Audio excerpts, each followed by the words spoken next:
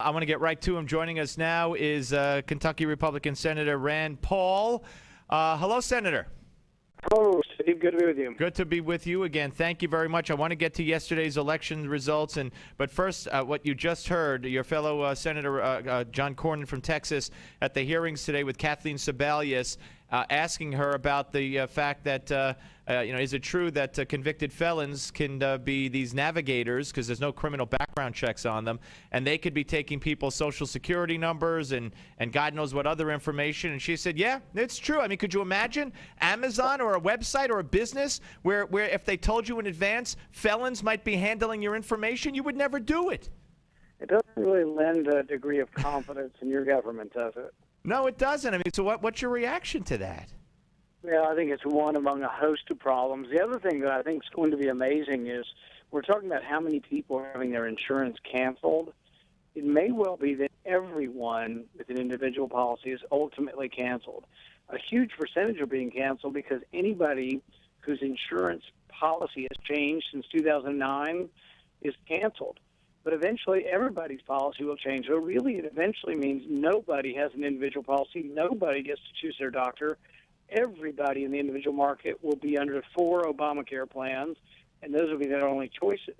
Well, isn't that interesting? Yeah, go ahead. Well, I'm sorry. Well, I was going to say the other interesting thing is when the employer mandate kicks in, it's the same thing. If your policy has changed, even if it's conformed, if it doesn't conform and it's changed within the window of time, you'll lose your employer policy as well. So really, right now we're looking at 3 million people with policies canceled. When the employer mandate kicks in, we might be looking at 12 million policies canceled. Well, isn't that exactly what Barack Obama said for 3 years? No, I thought he said if you liked your doctor, you could keep him. Yeah, we all thought that. But, of course, as he's been trying to explain to all of us idiots, that's not what he said. He said, unless blah, blah, blah, blah, blah. We just weren't aware of that. It was even Max Baucus at the hearing today even said to Kathleen Sebelius, why don't you just shut it down? Just shut it down and keep it down until it's fixed, until it's ready. And, no, we're doing very well, and we're going to get this fixed. Are they living in a fantasy land? Are they lying when they say these things? I mean, what is going on here, do you believe? Well, the website is just a technical glitch. That's the technical problem. But when they fix that, it's still going to be a fact that virtually everybody in the country is going to be limited to 4 different insurance plans. And if you want to buy something that you like and the president doesn't like it, then you don't get to keep your plan. And so that's what he should have said. Instead of you get to keep your doctor, it should have been you get to keep your doctor if I like your doctor, or you get to keep your plan if I like your plan. And he didn't really put it that way, but that's the truth of the matter. You only get to keep insurance plans for your doctor if the president approves of them. Yeah, and by the way, the projections within the White House in 2010 were that 97 million people are going to lose their health insurance eventually. And I think that the ultimate goal is to the end of the private insurance industry. Zeke Emanuel was on Fox News Sunday, and he let it slip that the insurance companies are going to go away eventually. I mean, that's their ultimate goal. I believe that was an honest slip on his part. Well, and the important thing to know is that we're not just talking about health care here. We're talking about the freedom of choice for you to buy what you want to buy. And ultimately, it's what Ken Cuccinelli talked about when he filed the first lawsuit against Obamacare.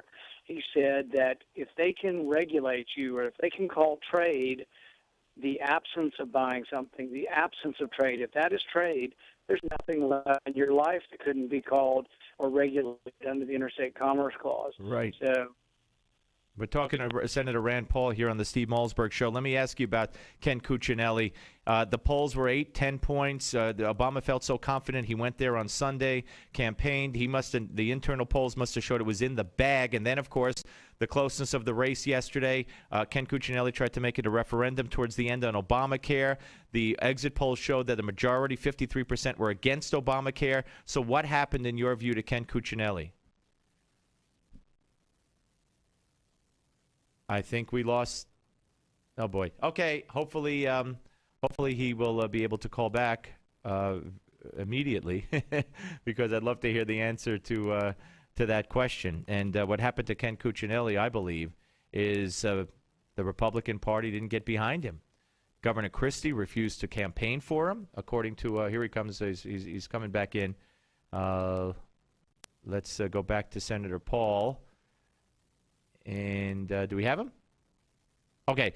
Senator, I was saying you alluded to Ken Cuccinelli. What do you believe happened to him yesterday? He made the race a referendum on Obamacare towards the end. The polls were 8, 10 points, and then in the end it was 1 or 2 points. I think some of the establishment let us down in that race. If you look back to the race when McDonald won 4 years ago, the establishment put a lot more money in for McDonald than they did for Cuccinelli. I think Cuccinelli could have won if everybody had stuck with him. So I don't think it's his message that didn't win. He got very darn close, and I think people were coming his way. He just didn't have any money in the end.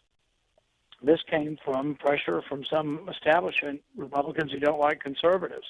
And that's a disappointment because he really could have won. Well, you went and your father went, and I think I think the third-party so-called libertarian candidate was, as it turns out, who was partially financed by an Obama bundler, played a big part, obviously, and took votes from Cuccinelli. But let me ask you this: Chris Christie reportedly was asked to go campaign for Cuccinelli. His race was well in the bag. Christie, he knew he was going to win by 30 points, and he said no to Cuccinelli. Is he one of those people who let Cuccinelli and the party down? You know, I'm not familiar with the story, but I would tell you that I think Cuccinelli could have won with a little more help, and it disappoints me that people didn't go in to help him. And he was really close. He was right there on the edge, and just a little bit more, and people were coming his way. If he had more money to defend himself, the Democrats outspent him 2 or 3 to 1, and they were able to attack and attack and attack and define who he was. And so he didn't have much of a chance without the money, and I am disappointed that people pick and choose and anybody who would not support him. Well, let me just tell you, it was Chuck Todd of NBC. According to Chuck Todd, Chris Christie, the people, his camp begged Christie to campaign, and Christie refused to do it, worried about his brand, reportedly. Do you think Chris Christie, who had a big victory yesterday, is a true conservative? Is he a potential? Is he a real possibility to win the nomination for the Republicans in 2016? And did he let Cuccinelli down if he did refuse to go campaign? You know, I think there's room in the Republican Party for moderates like Chris Christie, and you know, they seem to be the only ones that are winning in the Northeast. But I think that we could not only run moderates up there, but the other thing that I think might happen in the Northeast, if we had a little more libertarian-leaning Republicans, I think they would have a chance in the Middle East. I mean, in the Middle East and Northeast. Yeah. So, no, I think there's room for moderates like Chris Christie, and you know, he's got a place in the party. So do conservatives. I think conservatives are a much bigger force than the moderates.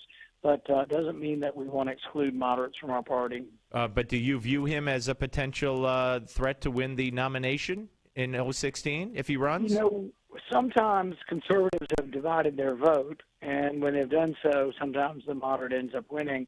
But what I would say is that the road to the nomination for a moderate is actually pretty difficult because a lot of the Republican primaries are very conservative. And so I think someone who's most well known for, grabbing up federal money as much as they can get, probably, I think that kind of attitude may or may not go off so well in a Republican primary. Senator, I thank you for your time. Look forward to speaking to you again. Senator Rand Paul on the Steve Malzberg Show.